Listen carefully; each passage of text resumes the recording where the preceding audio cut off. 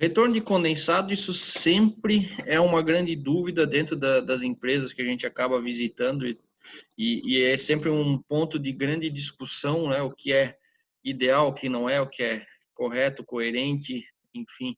Então a gente vai tratar um pouco, abordar esses assuntos aí hoje durante esse webinar aí. Bom, me apresentando, sou Rodrigo Ridiger, sou gerente técnico aqui da Bermo Válvulas, né, uma empresa do grupo Ari Armaturing, que tem uma das divisões, uma fábrica de purgadores na Alemanha que é centenária, então em 1890, na década no centenário passado. Então, a gente vai falar um pouquinho da nossa experiência, do que a gente já viveu, do que a gente já passou na parte de retorno de condensado. Um ponto inicial aqui, quais são os problemas mais comuns dentro da drenagem de condensado? Então, o mais comum sempre é montagem errada. É muito comum entrar na instalação, ver problema de montagem, purgador de cabeça para baixo, de lado, ou sentido de fluxo invertido. Um outro problema muito comum, aplicação inadequada. A gente vai falar em seguida um pouco de aplicação. Mas será que aquele purgador é a melhor opção para essa situação, para essa aplicação ou não? Né? Dimensionamento incoerente. A gente não vai entrar no mérito de dimensionamento de purgador de calor, de purgador de condensado, porém, uma mensagem que eu quero deixar aqui: purgador não se compra por bitola. Eu vou dar um grande exemplo para vocês. Eu quero um purgador de boia de 1 polegada. Vem muita consulta para a gente nesse sentido. Purgador de boia de 1 polegada. Purgador de boia de 1 polegada, nós temos um modelo, o 634, que são os purgadores de baixa vazão para pequenos trocadores de calor. E tem o modelo 635, por exemplo, que ele é um purgador de alta vazão. Apesar de ser 1 polegada, ele é alta vazão. Então, como alguns concorrentes possuem um modelo de 1 polegada, modelo X e o modelo XHC. Então, dentro de purgador, principalmente, essa parte de comprar purgador por bitola não funciona. Eu vou dar um outro exemplo. Uma máquina de tingimento que veio da Europa, ela veio com a saída de condensado de 0,5 polegada. E o consumo de vapor da máquina é de 1.400 kg por hora. Então, você imagina se eu vendesse um purgador de 0,5 polegada, a vazão máxima dele é de 600 kg e precisava tirar 1.400. Então, não funciona.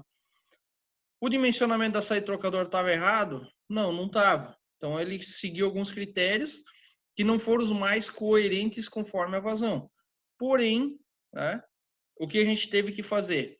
0,5 polegada, a gente colocou as buchas de redução na entrada do purgador e aí botamos um purgador de 1,5 polegada para poder atender a vazão de 1.400 kg por hora. Pra vocês terem uma ideia. Então, por isso que a gente sempre bate nessa tecla que purgador não se compra por bitola, e sim por dimensionamento, por vazão, pressão de entrada e pressão de saída.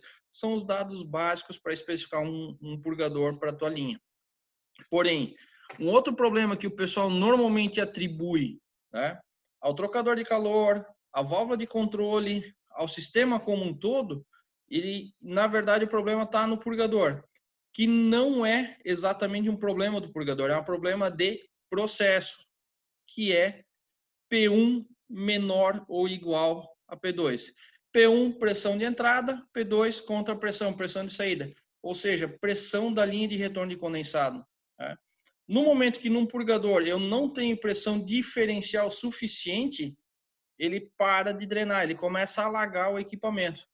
Aí o pessoal acha que falta vapor, que o purgador está pequeno, e eventualmente não é esse o caso. A gente vai falar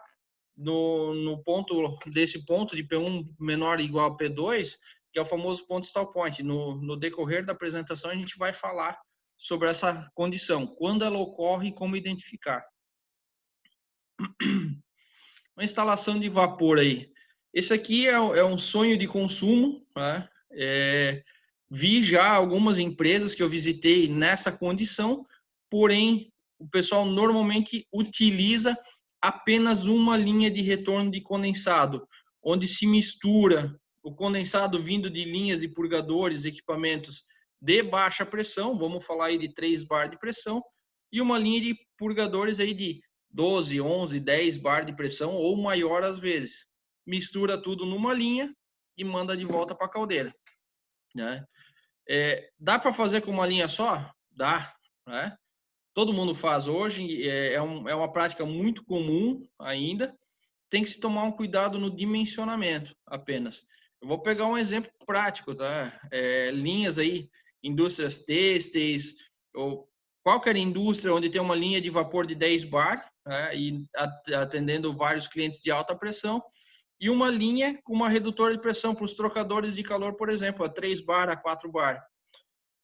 Essas linhas, no nosso entender, o ideal seria que elas fossem, né, individuais.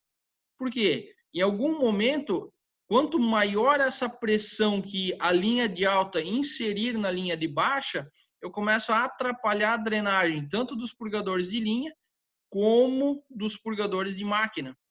E aí, com isso, às vezes, perco eficiência, baixa o trabalho, né? Baixa a produtividade da máquina por conta de alta contrapressão, né? E aí vem a grande pergunta sempre, o que é uma alta contrapressão no sistema? 1 bar é alto? 3 bar é alto? 6 é alto? Né? O que é alto? Depende, né? Hoje a gente vê muito os sistemas mais comuns, redes de retorno de condensado, operando na casa de 1.5, né? 1,5 bar de pressão. Mas depende muito do projeto, depende muito do que está interligado nessa linha de retorno de condensado. Mas, por final, a gente vai falar um pouco da recuperação desse vapor flash que tem na linha de retorno de condensado, e a gente vai ver que essa pressão pode variar bastante, né? Um exemplo aí de algumas máquinas de papelão corrugado, por exemplo, papel corrugado, a fabricação de caixa, efetivamente, elas trabalham com pressão de vapor na casa de 16, 17 bar, e a linha de retorno de condensado deles, na máquina, ela tem um coletor, um tanque flash operando a 3 bar, né? Eu estou jogando de 16, 17 para 3. Estou jogando, né, nessa condição para uma operação legal. Então, tudo foi projetado nessa forma. Normalmente, quando não tem um sistema de recuperação, o projeto dos purgadores e do sistema não foi concebido para uma pressão maior que 2, 3 bar, se opera na casa de meio bar, 1 bar. Essa pressão, quem vai ditar essa pressão, na verdade, é o teu sistema de retorno. A gente vai falar para frente mais um pouquinho, né? Então, assim, o conceito, o projeto ideal seria individualizar para que o momento que os purgadores de alta estejam fazendo a drenagem, não pressurizem a linha e não gere uma contrapressão muito alta, a ponto principalmente de atrapalhar a drenagem dos purgadores de baixa pressão. Eu conheço alguns conceitos aí que a gente opera, e aí no meu entender, né, e no entender da Bermo, a gente opera sempre com uma pressão na linha de retorno de condensado entre 1 e 1,5 bar. Tem empresas de engenharia que já trabalham com 2 bar, né? Então tem tudo sempre um conceito, vai do know-how, vai da expertise, vai do processo, e isso tudo vai depender de cada segmento de mercado. Mas, via de regra, o que a gente entende como normal, né? 1 bar, 1 bar e meio, até 2 bar, né? No projeto tá bem tranquilo, tá bem dimensionado. E aí eu vou dar uma dica prática para vocês. Quando eu estou andando dentro da instalação do cliente, eu vou observando as bitolas das redes de vapor, né? E da rede de condensado por consequência. Uma passa do lado da outra. Então, para redes de vapor, onde o vapor está operando na pressão de 10, 11, 12 bar no máximo, né? A linha de retorno de condensado, o meu norte, a minha referência é que ela seja uma bitola abaixo. Então, se eu estou trabalhando com a linha de vapor de 4 polegadas, desculpa, a minha linha de retorno de condensado, sem fazer matemática, 3 polegadas. E aí ela vai operar na casa de 1 bar e meio, né? De novo, é uma referência, é um norte que você deve, né, verificar matematicamente. No final, a gente calcula aí como é que a gente mostra para vocês como dimensionar a rede de condensado, né? Então, a gente vai trabalhar um pouco esses conceitos. E dentro de uma planta, dentro de um sistema de vapor e condensado, a gente tem, primeiro, os purgadores que ficam no ponto mais alto da instalação, os famosos eliminadores de ar e gases, né? Então, onde eles normalmente estão presentes na instalação? Finais de linha, Então, cada ramal, cada derivação lá no final, se tem um purgador para fazer essa eliminação do ar e gás que é acumulado principalmente na partida, e depois alguns gases incondensáveis aí do processo, né, da geração de vapor que vão para o sistema. Esse purgador ele vai fazer a remoção do ar e gás. A gente sabe que o ar, um gás, ele é isolante térmico, principalmente o ar. Então, tem que ser removido do sistema e não jogado para dentro do trocador de calor. Um purgador tipo boia, ele vai identificar ar, ele vai fechar, ele vai achar que é vapor e fecha. E aí, com isso, ele precisa sempre do eliminador termostático que vai identificar que esse gás está numa temperatura mais baixa e vai eliminar pelo termostático. É.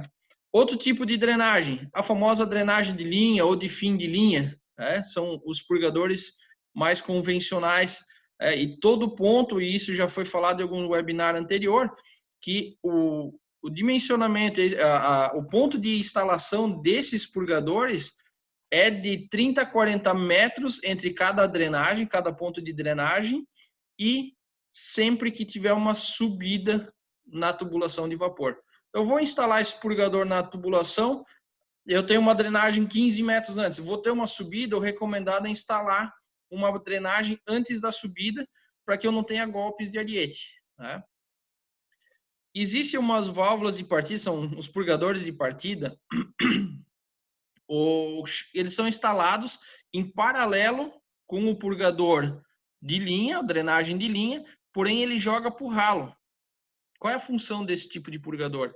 É eliminar o condensado quando a pressão da linha se iguala a zero. No momento que zerou a pressão do vapor da linha, ou seja, eu parei a planta, esse purgador ele abre e começa a descarregar para a atmosfera, descarregar para o ralo, para um ponto de tratamento, para a estação de tratamento de efluente. Esse purgador ele vai fazer a drenagem, vai secar, tirar todo o condensado da linha, para quando você for partir ela de novo, você não tenha golpe de ariete.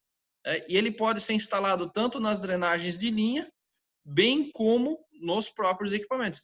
Principalmente trocador de calor a placa. Se tiver golpe de ariete, esses golpes eles têm uma potência, têm uma força muito grande, que pode às vezes até arrancar a vedação, pode, num trocador brasado, pode rachar a soldagem, né? Pode rachar as placas, enfim. Então, o purgador de partida, ele elimina a necessidade do operador em cada ponto de final de linha, em cada ponto de drenagem de linha, e drenar e secar essa linha antes de soltar o vapor. Tá? Um procedimento que sempre é discutível e que o pessoal sempre acaba comentando, perguntando muito, qual é o procedimento startup mais ideal? Né? O ideal é aquele que não dá golpe de ariete. Ponto. Tá? Agora, o que nós entendemos sempre que um startup bem feito, que minimiza a chance de ter golpe de ariete, eu vou partir a caldeira e todas as válvulas de coletores e da linha estejam já 100% abertas. Pressão zero, abre todas as válvulas. À medida que a caldeira vai ganhando pressão gradativamente, ela vai pressurizando lentamente o sistema, ou seja, eu tenho menos temperatura, menos choque térmico, menos pressão, então o golpe que ocorre é de muito menor intensidade. Então, no nosso entender, o melhor sistema de partida de linha de vapor e condensado é justamente por partir o sistema e pressurizar junto com a caldeira. Não esperar a caldeira chegar na pressão de operação, por exemplo, de 10 bar, e de repente começar a abrir vapor num coletor. Você tem uma válvula de 6 polegadas, você abre lá 1/4 de volta. Às vezes, se 1/4 de volta, você está jogando vapor de 180 graus em cima de uma linha que está 20 graus. Então, tudo tem que avaliar e tem que verificar o conceito. E um outro ponto são as drenagens de equipamento. Eu classifiquei aqui separado alguns tipos de drenagem que vai mencionar em seguida aqui. A Thaís Santana, ela perguntou aqui, você comentou que a linha de condensado é uma bitola menor que a de vapor. Por quê? Por exemplo, temos uma linha de 8 polegadas e minha linha de condensado teria que ser de 6, não seria um custo desnecessário? Thaís, a gente vai falar no final da apresentação, né? Falar um pouco sobre o tamanho da linha de condensado. E aí essa pergunta ela vai ser respondida lá no final. Eu vou deixar ela aqui no cantinho. Se eu não responder por algum motivo ou não lembrar de responder, por favor, manda mensagem aqui no chat que a gente já responde para você, tá? Eu vou deixar isso para o final que a gente responde mais para frente. Bom, quais são os tipos de purgadores que existem, né? O tipo de purgador, primeiro, um dos mais utilizados, mais conhecidos, termodinâmico, princípio de fechamento velocidade. Então, no momento que ele começa a perder vapor, sair um pouquinho de vapor pela sede dele, ele joga vapor na tampa em cima que fecha ele. Então, essa velocidade passando embaixo do disco atrai ele e fecha. E aí sim ele é termodinâmico, porque a temperatura, o vapor que está lá em cima, precisa condensar, perder pressão para ele abrir novamente. Eu não vou entrar no detalhe de funcionamento de purgadores, tá? Mas aí dentro da área de velocidade, nos termodinâmicos, a gente tem os disco e orifício fixo. Já escutei muito cliente voltando atrás que utilizava o orifício fixo, porém nas partidas onde a carga de condensado é muito maior, ele dá muito golpe de ariete, ele segura muito condensado dentro do sistema, dá muito golpe de ariete, problema na linha, né? Em operação funciona bem, desde que a pressão e a vazão do sistema sejam basicamente contínuas. E a gente sabe que no processo isso não existe. Então, o purgador do orifício fixo é legal se eu tiver essas condições de pressão e vazão sempre contínuas e constantes. Fora isso, ele começa ou a alagar ou perder vapor, né, para a linha de condensado. Outro tipo de purgador é o termostático, e aí o princípio total de fechamento e de abertura dele é temperatura. E aí existem dois modelos, o tipo membrana e o tipo bimetálico, né? Então, ele é um termostato que ele vai ficar medindo a temperatura do condensado e vai ficar abrindo e fechando o purgador. Então, ele vai ficar sempre monitorando se está funcionando, se está chegando condensado frio, né? E aí é interessante porque um termodinâmico, se em algum momento chegar ar na tampa em cima dele, ele tranca fechado. Então é muito comum o termodinâmico você vê com muita marca de batida na lateral dele, porque entrou ar, o pessoal dá umas batidas, dá umas pancadas nele, para o disco descolar e tirar aquele ar e ele volta a operar. O bimetálico, como ele está monitorando a temperatura, o ar está mais frio, ele descarrega, ou própria membrana. E aí os purgadores mecânicos, que o princípio de fechamento, de operação dele é densidade, ou seja, à medida que o nível sobe, ele gera uma força de empuxo na boia, abre ou fecha ele, né? E aí tem dois conceitos muito utilizados, o boia e o balde invertido, né? Pelo que eu já tive lendo aqui, o balde invertido foi um dos primeiros purgadores automáticos inventados, né?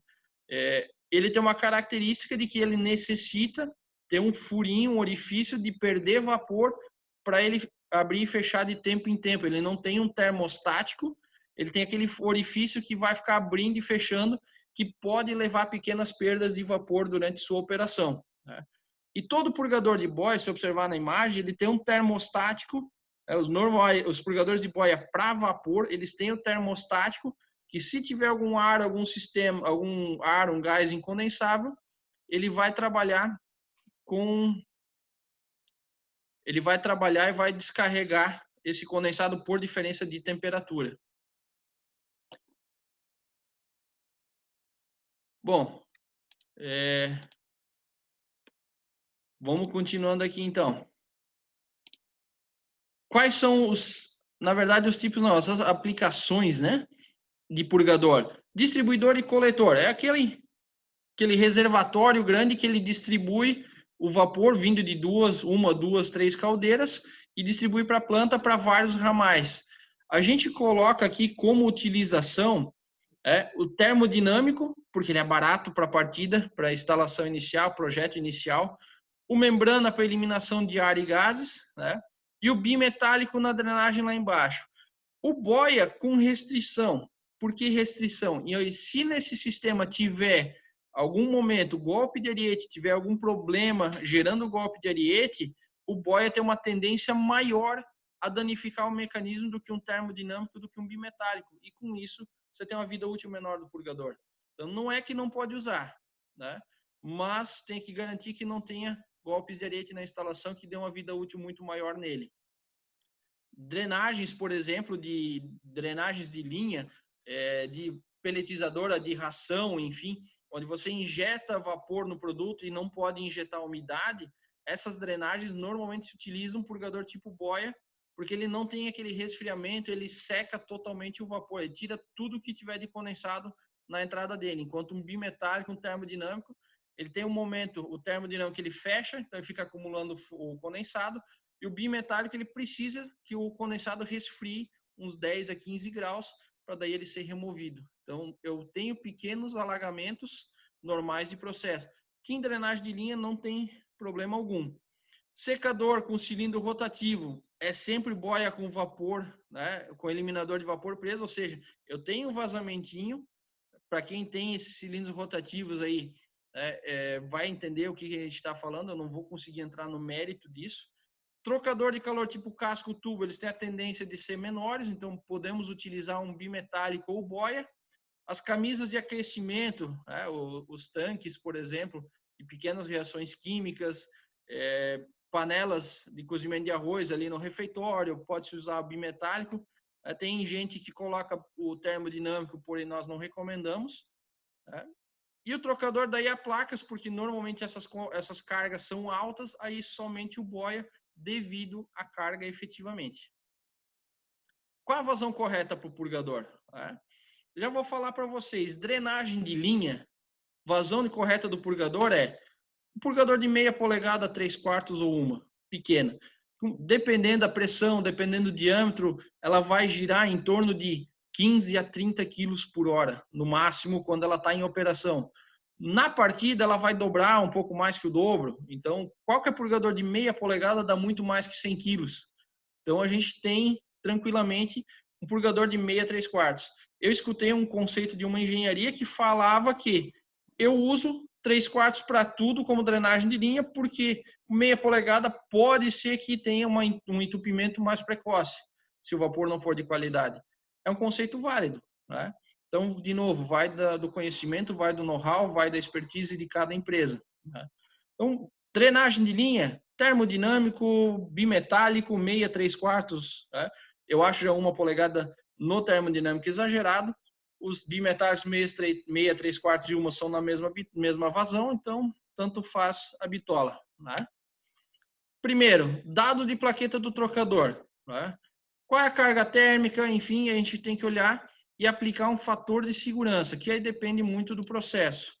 Se não tem essa informação, vai para o famoso MCP ΔT, né? O que macete, que é o professor de física normalmente utilizava, e divide pelo calor latente, o título e o tempo de aquecimento. Não sei, não consigo fazer. Né? Aí você liga para a Berma. A gente tem o departamento de engenharia para ajudar vocês aqui a dimensionar e especificar esse processo dentro dos nossos conhecimentos, nossas possibilidades.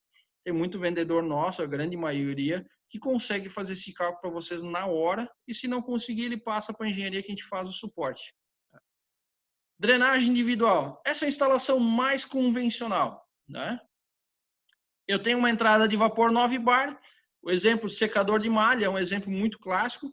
Eu abro o vapor e deixo lá. Então, vários trocadores de calor, cada trocador com o seu purgador. Normal. Ponto importante. Sempre que tiver um purgador, independente do tipo, eu preciso ter uma retenção.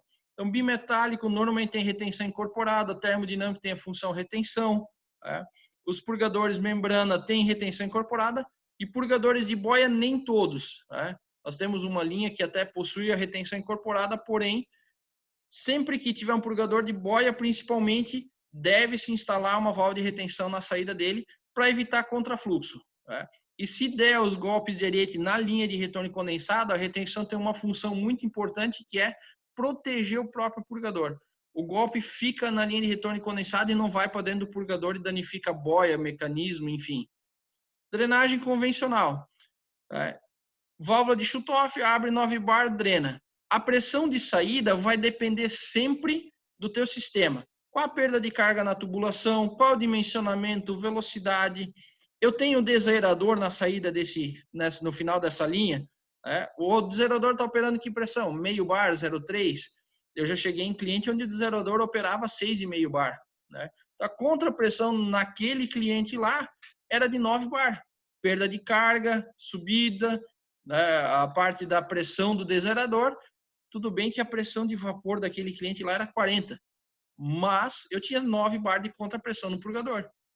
Outros purgadores, eu mencionei o exemplo de secador de papel, fazer as caixas de papelão ondulado, contra a pressão dele é 3 bar, eu tenho um tanque flecha 3 bar. Então depende do sistema, depende de como é que está configurado e instalado.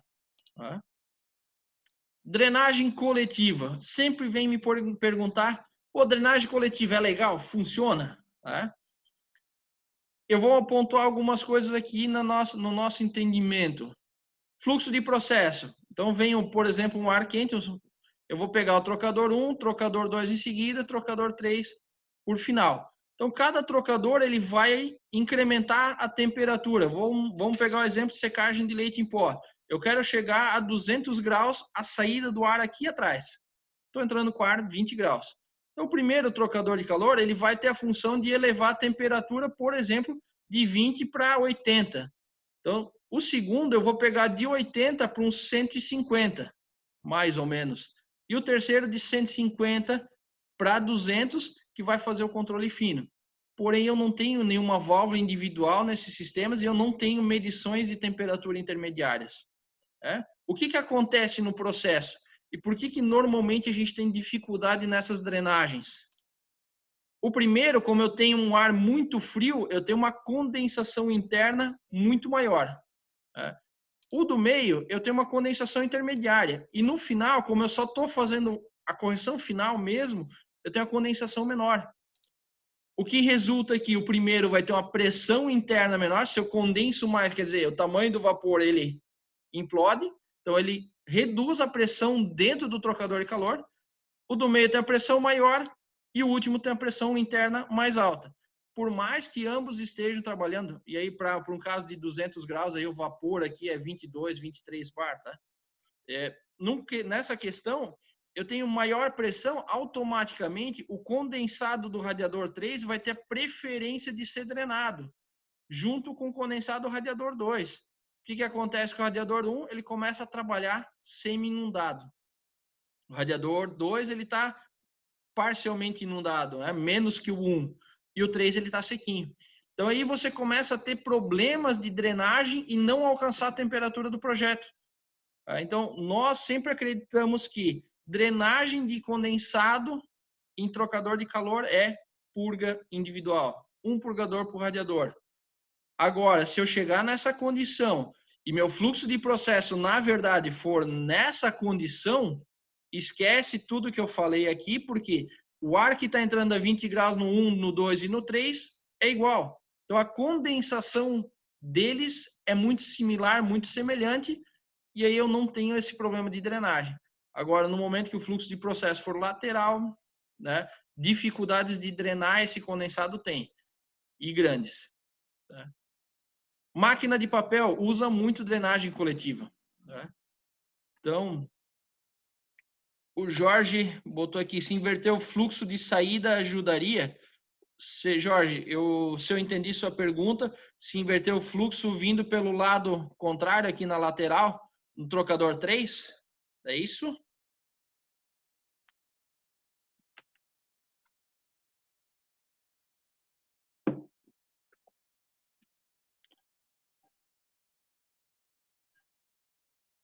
Bom, se eu entendi a pergunta do Jorge, você pode... Isso, né? Se inverter o fluxo do 3, Jorge, o que vai acontecer? Se eu vim com ar daqui, vou ter mais condensação aqui, menor pressão. Ela vai ocorrer a inversão, tá? Do trocador. Imaginamos que os três estejam com o mesmo tamanho, com a mesma área de troca. Então, ocorre essa inversão e com isso eu teria o mesmo problema, né? O cilindro de secagem de papel, eles usam muito drenagem coletiva, porém as pressões de vapores são iguais, né? As cargas térmicas até variam um certo ponto, até variam um pouco. E aí eu tenho uma válvula de controle aqui na saída de um tanque pressurizado que ela controla, dependendo do caso, a pressão diferencial. Então eu tenho 9 e essa válvula às vezes está controlando, quando não tem o tanque, uma pressão, por exemplo, de 8 a 8,5, ou eu tenho o tanque, ela controla nível. Então eu estou com uma drenagem mais contínua e eu estou sempre com uma diferença de pressão, arrastando, estou forçando. Por mais que eu tenha 0,1, 0,2 bar de pressão menor dentro de um cilindro para o outro, diferença de um para o outro, eu vou ter 9 bar, 8,5, 8, eu vou ter uma pressão muito menor que eu vou acabar arrastando esse condensado e vou fazer a secagem, né? A remoção dele de dentro do cilindro. Então, é um conceito que o pessoal tem aplicado muito, principalmente cilindro rotativo. Então, o cilindro rotativo ele tem aquela característica de que hora chega condensado, hora chega vapor. E se eu tenho uma válvula, eu vou acabar eliminando sempre, independente do que estiver passando, se é condensado ou vapor.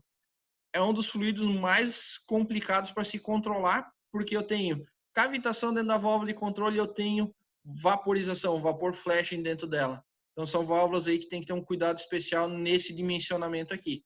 Mas dá para ser feito. E fábrica de papel utiliza muito esse conceito.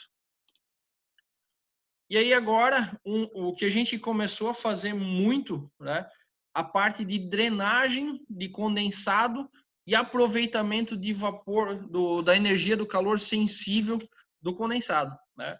A gente já falou no webinar anterior, calor latente é toda energia que está ligada à fase vapor, à fase gasosa, né? Então, ao vapor saturado. Então, sempre que eu tenho transferência térmica e eu mudo o estado físico, a gente chama de calor latente, né? É a parte de vapor, ou seja, eu entro vapor, eu vou condensar, eu vou trocar calor latente. Esse calor latente, a gente acaba utilizando essa energia no dimensionamento do trocador de calor. E existem algumas situações que eu não vou retornar esse condensado por motivo de contaminação, por motivo de distância, né? Tem alguns motivos aí que podem ser utilizados e nessa condição ele descarta esse condensado. Então, se eu descartar a 80 até 90, 120, seja a temperatura que for, eu vou ter perda de energia. E além do que, eu tenho problema ambiental. Né? Esse descarte tem que ser abaixo de 40 graus, normalmente, dependendo da legislação do seu município.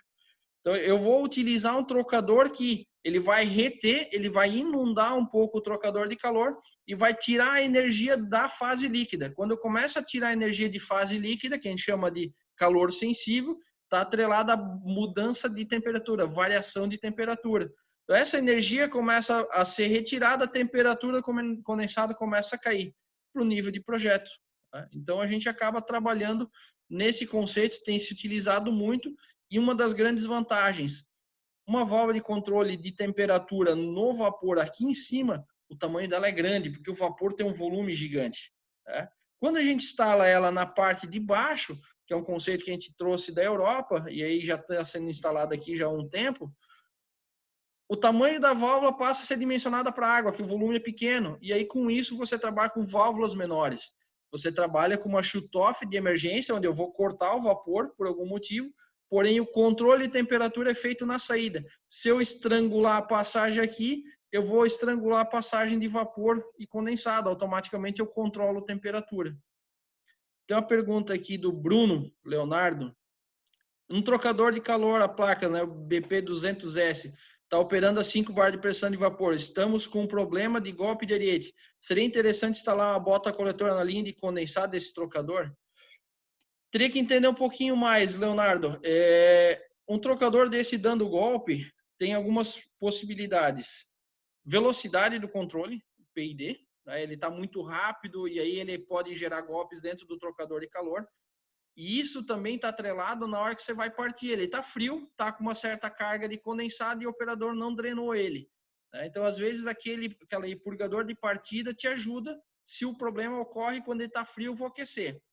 Se for durante a operação, às vezes, muito provavelmente é o PID muito rápido. E aí está dando golpe. E talvez avaliar, né, pelo tamanho do trocador de calor, talvez avaliar se não é a questão também de purgador pequeno ou purgador que não está eliminando o ar corretamente, aí está dando bolsão, teria que avaliar um pouquinho melhor o sistema. Mas o interessante sim, uma válvula de partida, ou você faz isso, né, pode ser uma válvula de esfera e quando parou o sistema ela abre. Né? Desligou a energia, desligou o sistema, ela abre e joga para o ralo. Você garante ela seca. Durante a operação ela fecha. Pode ser uma esfera simples, um solenoide. ou uma válvula, um purgador de partida efetivamente, que ele até ajuda no aquecimento inicial. Então, ele vai com 0, ele vai abrir, vai começar a tirar o condensado. E quando a pressão chegar a 1,5 bar, ele fecha. Então, toda essa baixa pressão, ele até ajuda o purgador a drenar o condensado nessa partida. Então, são possibilidades aí para ti. Teria que estudar um pouquinho melhor. A gente pode conversar pós-webinar aí também, a gente conversar um pouquinho mais. E uma última possibilidade precisa de 5 bar. Trocador, se baixar a pressão da conta, temperatura final do projeto, e aí é outra possibilidade. Baixar talvez a pressão para um trocador, a placa 5 bar é relativamente alta. Normalmente se trabalha de 3 a 4. Então, às vezes, essa pressão mais alta e aliado a outro fator está dando esse golpe de ariete aí na tua linha. Espero que eu tenha, pelo menos, clareado um pouquinho aí a tua dúvida. E aí tem os sistemas aí que usam convencionais a famosa válvula de controle, controlando a temperatura num trocador. Aqui eu já defini que a contrapressão desse sistema é de 2 bar. A válvula de controle, normalmente, ela está dimensionada para uma abertura de 70% a 80%. Então, está recebendo um vapor, por exemplo, 4,5. Ele está entregando um vapor de 4 bar para o trocador de calor. O purgador vai remover, normalmente esse trocador vai estar numa pressão de 3,5, tem um meio bar de perda de carga. Ele vai remover o condensado de 3,5 para 2. Notem que eu tenho uma pressão antes, que normalmente é a pressão que é informada para nós. Eu já tenho a perda de carga da válvula, eu tenho a perda de carga do trocador que já chegou em 1 bar, mais ou menos. E aí, quando se dimensionar o purgador, e aí por isso existe também os fatores de segurança, que você passou 4,5 para 2, mas na verdade está chegando 3,5 para 2. Onde antes eu tinha 2,5 bar de pressão diferencial, tem 1,5 bar. Então tem que cuidar, às vezes, com esse dimensionamento. Mas ok, em operação, em carga total, ele está operando com os 4 bar aqui. O processo de stall point começa a ocorrer quando a válvula começa a fechar. O início de processo, eu estou consumindo muito vapor, a válvula de controle de temperatura está bem aberta. Então, ela vai consumindo, a pressão que está sendo entregue é na casa de 4 bar, e à medida que eu começo a chegar na temperatura, a pressão do sistema, a temperatura está alta, ela começa a fechar a válvula de controle. Automaticamente, eu gero mais perda de carga na válvula, ou seja, eu tenho 4,5 aqui, e eu estou entregando para o meu trocador 3. Entregando 3, eu estou chegando com 2,5. 2,3, 2,4, 2,6, aí depende muito do sistema. E automaticamente a minha contrapressão continua igual, porque essa contrapressão está no meu projeto, está de outras drenagens. Eu já começo a comprometer. Onde antes eu tinha uma perda de carga de 1,5, agora eu tenho a perda de carga de menos de 1 bar. Eu começo a comprometer a drenagem. Aí vocês acham, pô, o purgador não está dando conta. Não é. É nessa fase que efetivamente pode ter problema. E aí começa quando ela trabalha em 20%. São valores aleatórios, mais ou menos baseado no que a gente tem de experiência. Não estou falando que os 20% vai dar 2 bars, tudo vai depender do processo. Porém, figurativamente, 20% de abertura, eu vou entregar 2 bar de vapor. Automaticamente eu sei que eu vou ter algo em torno de 1,6, 1,8, ou seja, menor que o stall point. Que seja chegar a 2 bar. O stall point é o ponto onde a pressão de entrada do purgador é igual à pressão de saída, ou seja, zero vazão. E aí o pessoal acaba pensando, pô, mas aí não vai funcionar, não drena. E aí atribui às vezes que a válvula está muito fechada, que é alguma outra coisa, e na verdade, qual é a pressão do purgador?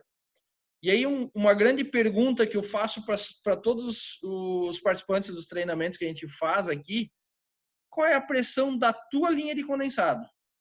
Quanto é que é? Vocês têm medição? A gente acha caro, muitas vezes, investir 500, 700 reais numa medição de pressão numa linha de retorno de condensado. Isso com soldador, com o nípel, tubo sifão, válvula de esfera, o manômetro, para ter uma ideia de qual é a pressão. Lá no começo eu falei que um dos problemas mais comuns é P1, pressão de entrada, menor ou igual à pressão de saída. Qual é a tua pressão de saída? Então, instalem em pontos estratégicos, espalhem 2, 3 manômetros na linha de condensado, para você ter um perfil de pressão da rede de condensado na tua planta. E aí você consegue ter uma noção. Se ela vem operando, por exemplo, na casa de um bar, e aí botou uma máquina nova, botou um sistema novo, obviamente ela vai subir um pouco a pressão.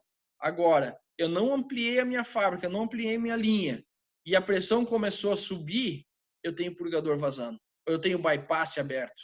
Né? Então, são possibilidades, são problemas que você consegue identificar, às vezes, monitorando a pressão da linha de retorno de condensado. É um monitoramento simples, você põe um perto do tanque de condensado, né, em algum ponto lá mais próximo, você põe um no final da linha, e às vezes nos ramais você bota mais um ou dois, para você monitorar máquinas críticas, áreas críticas, principalmente áreas que operam com vapor de baixa pressão. E se nesse vapor de baixa pressão ainda tiver controle de temperatura atrelado, se ele já entra com vapor só 3 bar, 4 bar, no momento que ela começa a fechar, automaticamente cai a pressão e ela não consegue drenar. Então, por isso que até algumas máquinas que eu já vi vindo da Europa, ela tem duas válvulas, tem duas válvulas, uma que joga pro purgador e uma que joga pro ralo. Então, dependendo a porcentagem de abertura da válvula de controle proporcional à temperatura, ela manda o condensador ou purgador para poder retornar para a caldeira, ou ela bota para a válvula que joga para o ralo, porque não tem pressão para voltar para a caldeira. Então, existe esse conceito de máquinas também, e aí você começa a jogar condensado fora. E isso é dinheiro, é caro. Né? Famoso vapor flash. Né? Ó, olha que coisa linda. Esse vídeo aqui eu acho fantástico, eu gravei numa instalação que eu fui visitar. Olha a quantidade de vapor flash. Tá? Isso aqui é normal, na opinião de vocês?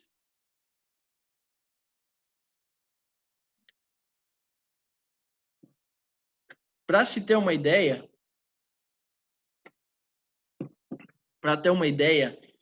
nesse sistema aqui, o tamanho do tanque, tinha 4 purgadores de meia polegada drenando 14 bar para esse tanque. Tá? Então, 4 purgadores de meia polegada. Não é normal, o Jorge até mencionou no chat lá que não é normal, é muita pressão, e aí existe um engano muito comum nas instalações. Olha o tamanho do tanque para a saída de 2 polegadas. Né? Ele está pressurizando com toda certeza, não tinha manômetro. E eu, particularmente, eu logo saí de perto desse tanque, isso aí logo ia para os ares. Né? O que acontece? Uma saída de condensado, o vente do tanque de condensado, claro que depende da carga e tudo mais, mas ele é de 3, 4, 6 polegadas, 8 polegadas, tudo depende da carga, para não pressurizar, para não gerar contrapressão. Diferente num desaerador. Aí eu preciso gerar pressão, preciso ter temperatura, eu injeto vapor nele mesmo. Né? Agora, por que não é normal? Observem que eu tenho uma saída, né, de mais ou menos uns 100, 150 milímetros, onde o vapor é transparente. E aí a gente tem uma característica que a gente fala assim, isso aí é vapor vivo, é vapor que não trocou calor. Então, o vapor que não fez a troca térmica, que está com toda a energia ainda, ele é transparente, e quando ele começa a trocar calor, ele começa a ficar branquinho, ele começa a ter umidade, ou seja, ter condensado, e aí ele fica visível. Então, quando você vê na saída do teu tanque de condensado um trecho de 50, 100 milímetros de vapor transparente, é porque você está tendo perda de vapor vivo, tem purgador ou bypass aberto, tá? Purgador vazando. Então, essa primeira referência assim, que a gente acaba utilizando, acaba passando para vocês, tá transparente? Pode ser perda. Qual a pressão? Se tem pressão, a temperatura obviamente sobe, né? Mas, de novo, aí tem que tomar cuidado com esse tamanho desse vente. E o Jorge muito bem falou. Cadê o isolamento desse tanque? Eu quero reaproveitar essa energia, eu tenho que isolar o tanque, né? Ele está no ambiente externo da fábrica, ainda pega chuva, pega vento gelado, enfim. E aí, para começar a responder a pergunta da Thaís, né? Olha só, isso aqui é uma drenagem aí de condensado, uma revaporação numa linha de condensado que vem de uma rede de vapor de 10 bar de pressão. e jogando para a rede condensada que está operando a meio bar, 1 bar de pressão. Em média, nós estamos falando aqui de 10% de revaporação, mais ou menos. Então, a gente tem, em média, 99% de todo o volume da linha de condensado normalmente é utilizada pelo vapor flash, e são 100 quilos. Quando a gente pega naquela pressão, né, que é de meio bar, 1 bar, 900 quilos de condensado é isso aqui, esse pouquinho aqui, né, menos de 1%. Então, um dos erros muito comuns, Thaís, na hora de dimensionar uma linha de retorno de condensado, é justamente o pessoal dimensionar como água. E na linha de retorno de condensado você não tem água, você tem vapor flash, né, que ocupa a grande maioria do espaço, ocupa um grande volume. Então, por isso que eu falei lá no começo que uma referência é rede de vapor de 8 polegadas, rede de retorno de condensado é 6, né, no teu caso lá da linha. Isso de 10 bar para meio bar, 1 bar e meio. É uma referência, tem que botar na ponta do lápis. Redes menores, né? Por exemplo, eu estou trabalhando com 3 bar, a linha de vapor é 6 polegadas, aí você pode reduzir 2, 3 vezes. Aí tem que ir para matemática, tem que ir para o dimensionamento, né? Mas linha de 10 bar para 1 é uma bitola abaixo. Linhas de 15 bar, 20 bar, dependendo do caso, a carga, enfim, você precisa ter ela na mesma bitola ou às vezes até bitolas acima do que a rede de vapor. A gente vai entender um pouquinho mais. Ó, essa equação, como é que eu defino quanto que vai revaporar? É? Calor sensível da pressão de entrada, pressão de alta pressão, menos o calor sensível da pressão de baixa, da rede de retorno de condensado. Então, essa pressão antes do purgador, essa é a pressão da linha de retorno de condensado, e dividido pelo calor latente. Vamos entender um pouquinho essa equação aqui. Calor sensível de alta, ou seja, energia ligada à temperatura. No momento que eu estou jogando ele para uma linha de baixa, essa pressão cai, a temperatura cai. Então, essa sobra de energia vai estar disponível para eu evaporar. Então, eu vou ver quanto que tem de energia disponível entre P1 e P2, o calor sensível, e vou dividir pelo calor latente, que é a energia que eu tenho de evaporação ou condensação, a mudança de fase, né? Então, se faz essa conta. ΔT, basicamente, dividido por calor latente.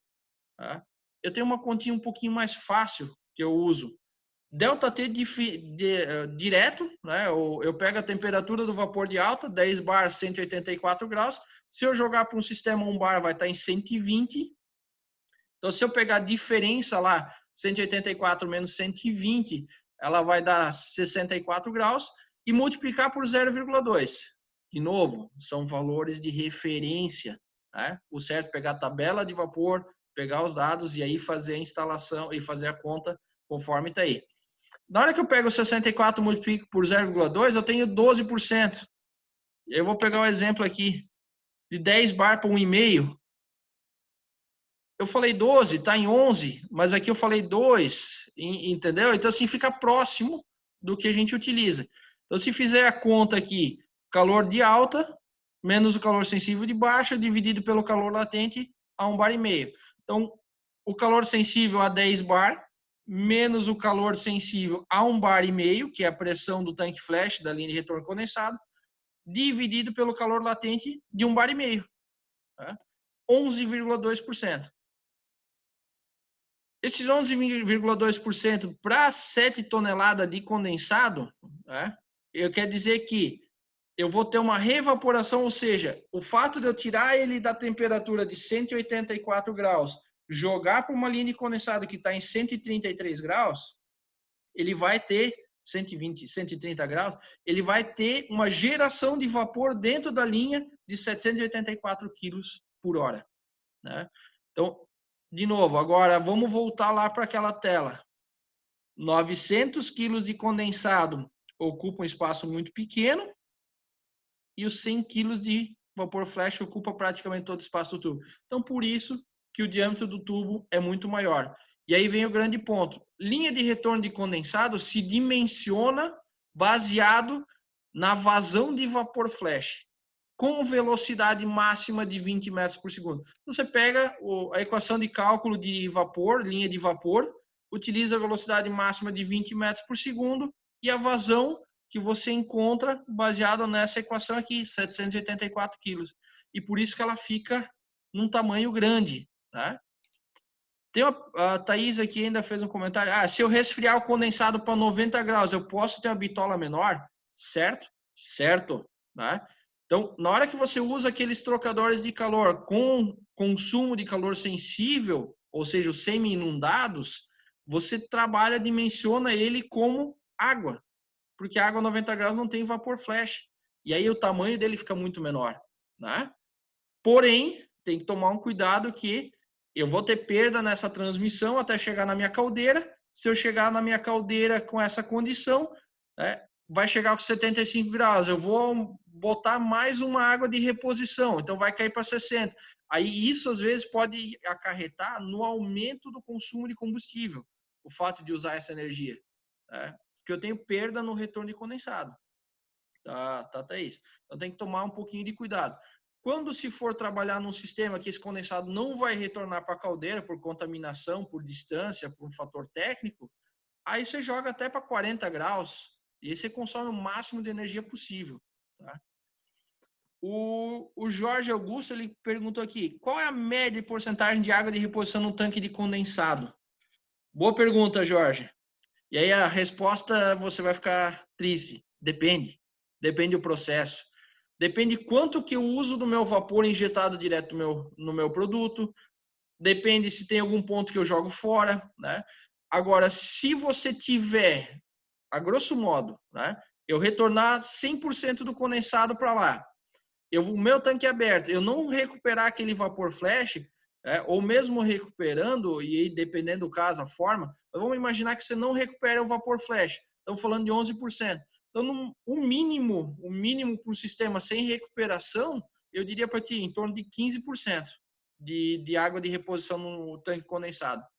Eu tive num cliente semana passada, onde a taxa de reposição dele era de 35%, porque o processo dele precisava que injetasse vapor direto no produto e, com isso, esse condensado não volta. Então, depende muito do processo. Rodrigo Silva. Por ser vapor flash, eu tenho uma distância para reutilizar no processo? Quanto maior a distância, Rodrigo, maior a pressão eu preciso, porque eu tenho que vencer as perdas de carga de transmissão. E aí, quando começa a trabalhar em distância, o vapor flash ele trabalha normalmente na casa de meio bar ou 1 bar, né? Porque eu não posso também atrapalhar os purgadores de baixa pressão, as drenagens que tem lá com válvula de controle. Então, você trabalha normalmente com um projeto na casa de 1 bar e meio no vapor flash. Então, com isso, eu acabo limitando a distância, né? E até um vapor de 1 bar e meio, ele tem um tamanho gigante. Então, eu preciso de tubulações grandes para conduzir esse vapor. Né? Então, por exemplo, se o vapor flash lá, a linha de condensado é de 6 polegadas, vou pegar o exemplo da Thaís, a linha de condensado 6 polegadas, a tua linha de vapor flash vai ser 6 polegadas, porque foi dimensionado em cima do vapor flash no condensado. Você joga num tanque para separar a fase e tira o vapor. Como você já dimensionou para vapor, vai 6 polegadas. Então, teu custo de instalação para a distância fica longe e fica grande. E aí você tem perda de transmissão, de distribuição. É ruim. Então, a gente sempre recomenda instalar o tanque de condensado ou tanque flash próximo ao ponto de consumo. Tá? Deixa do lado. É mais fácil você pressurizar, levar tudo na linha até esse tanque, junta tudo num tanque e aí só tira o vapor flash e consome ele lá do lado do equipamento. Tá? Então, a menor distância possível é o mais usual. Né? E aí depende do projeto. Vai ter que avaliar um pouquinho melhor o sistema, Rodrigo. Wilson Grando, qual a altura máxima que posso ter no retorno de condensado? Wilson, excelente pergunta. Né? O pessoal fala assim, pô, quanto é que eu posso subir o condensado? A gente tem uma regra prática, né? Isso matematicamente não se confirma, enfim, mas a gente já considera para cada 7 metros de subida 1 bar de contrapressão. Porque eu tenho um fluido quente, eu tenho vapor flash, isso ajuda a gente a superdimensionar, às vezes, a linha de condensado para ele ter menor velocidade e ter menos golpe de ariete. No meu entendimento, no entendimento da Bermo, que todo condensado deveria ir sempre para baixo. a água quer descer, a água não quer subir morro, né? Então a gente sempre fala isso. Agora, eu já vi sistemas com 15, 20 metros de subida. Claro que a pressão na saída do purgador, vamos pegar 20 metros e vamos falar dessa regra, né? 21 metros. Eu tenho 3 bar só de coluna manométrica na saída do purgador. Né? E aí isso começa a atrapalhar às vezes a drenagem.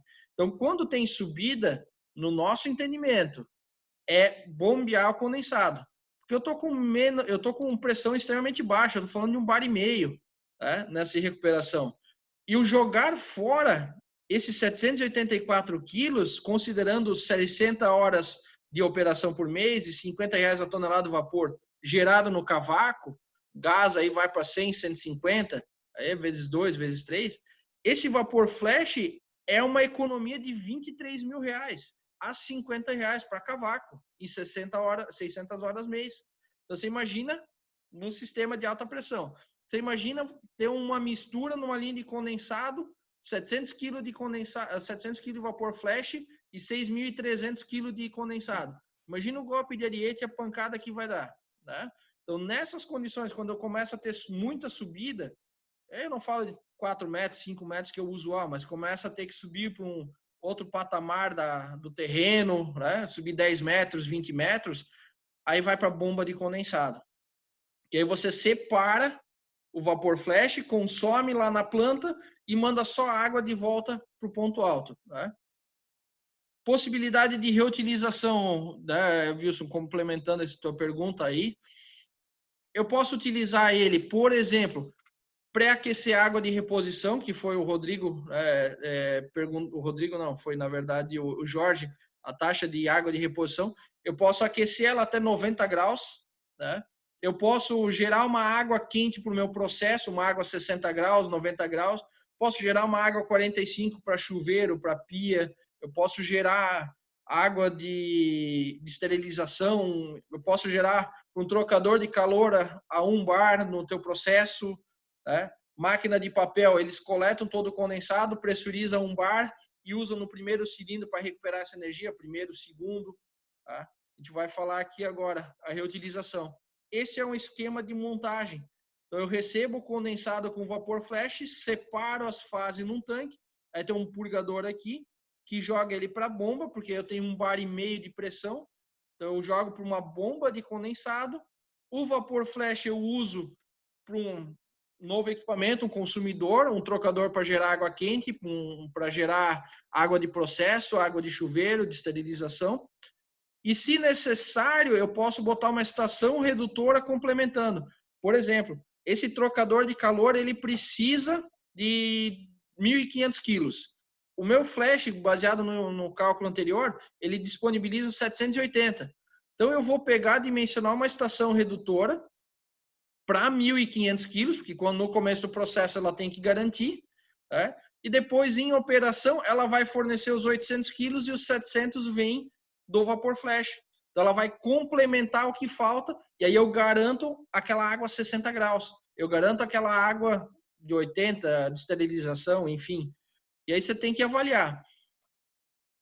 Para ser viável, Wilson, eu preciso ter um consumo contínuo. Eu preciso ter consumo.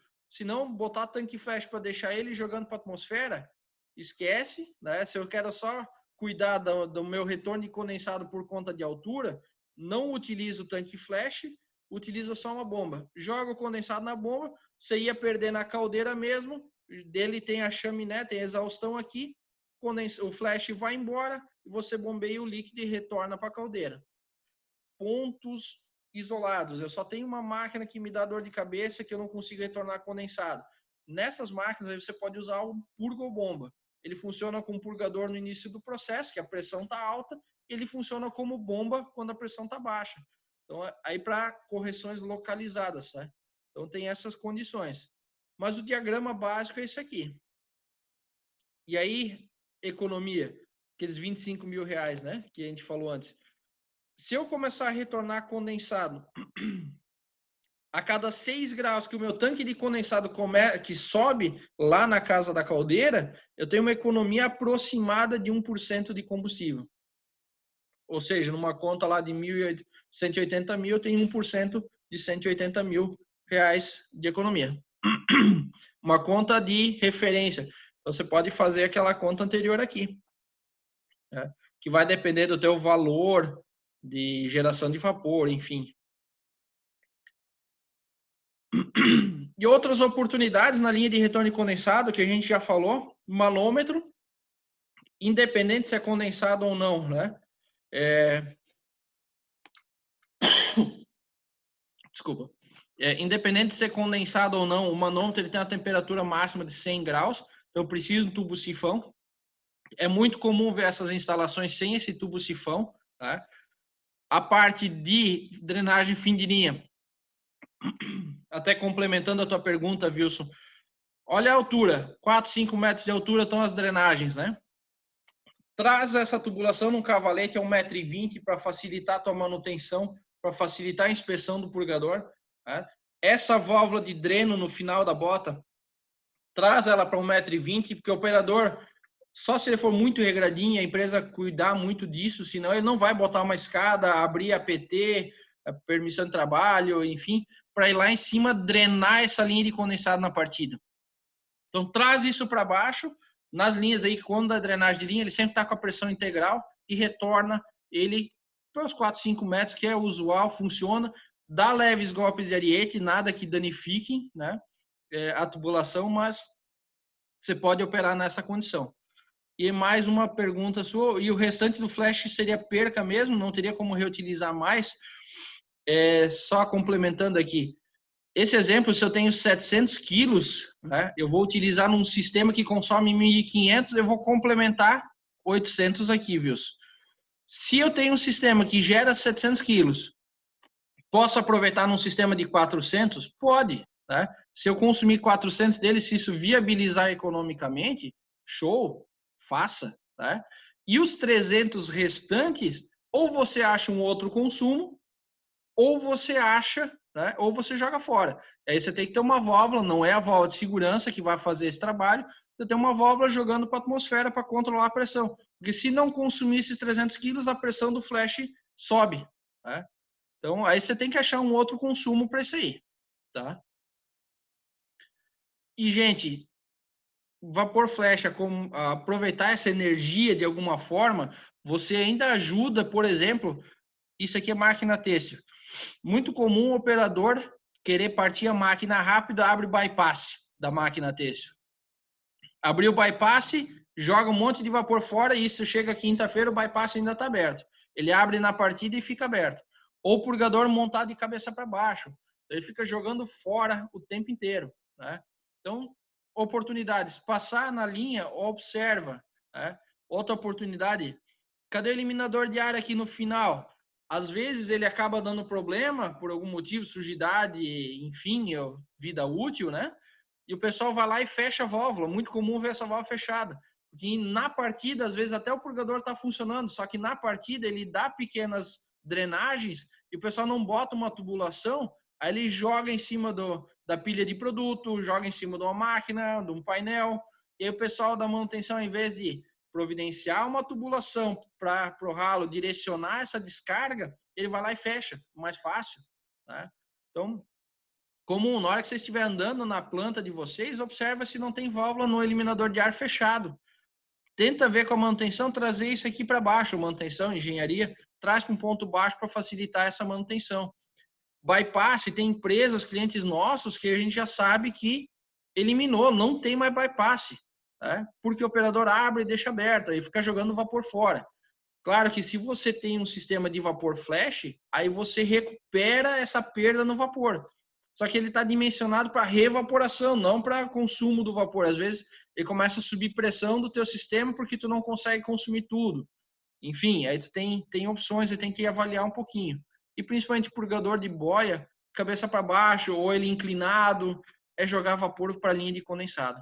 Então você começa a recuperar muita energia por aí. E claro, viabilizar isso, fazer o cálculo de payback, né? Agradecemos, espero que eu tenha respondido respondido a pergunta da Thaís, tá? O Leandro Esteves aqui, É só o bypass, usar o bypass aberto para a atmosfera. É uma opção. Tá aberto para a atmosfera, vai ver aquele vapor, você vê, opa, o cara abriu o bypass, né? Então, eles vão fechar logo. É uma opção. Eu particularmente não havia pensado nisso. Mas, de novo, é filosofia de cada empresa, né? Tem gente que não usa, tem gente que usa. E aí, de novo, só reforçando, né? Depois de cada purgador de boia, uma válvula de retenção. Que no momento que ele trabalha nessa condição com controle de temperatura, stall point, ele pode retornar condensado da linha e inundar o trocador. E aí acaba, e aí tem golpe de ariete, danifica o purgador, enfim. Então são esses os pontos. E chamar atenção para essas recuperações. A gente tem um time grande, né, de vendas que pode estar utilizando. A gente faz os estudos de campo com relatórios de viabilidade, o ROI, Return Over Investment. A gente faz, né, os famosos paybacks. Né? Time de campo faz essa visita, faz o levantamento de dados. Se precisar, engenharia também vai. A gente está à disposição aí para ajudar vocês. Temos aqui na tela está meu contato. Né? Precisar o WhatsApp nesse celular, fique à vontade. Eu respondo sempre que possível. E tem aí meu e-mail também, se quiser mandar e-mail, tirar dúvida, quiser me ligar, fiquem à vontade, a gente está à disposição. Agradecemos o interesse, a participação e o tempo de vocês nesse webinar e ficamos à disposição aí para fazer negócio juntos, fazer estudo juntos, viabilizar projetos. Muito obrigado aí até pelos elogios que estão vindo no chat aí. Muito obrigado, gente. Ótima semana e fiquem com saúde nessa condição de coronavírus. Grande abraço, até mais, até a próxima.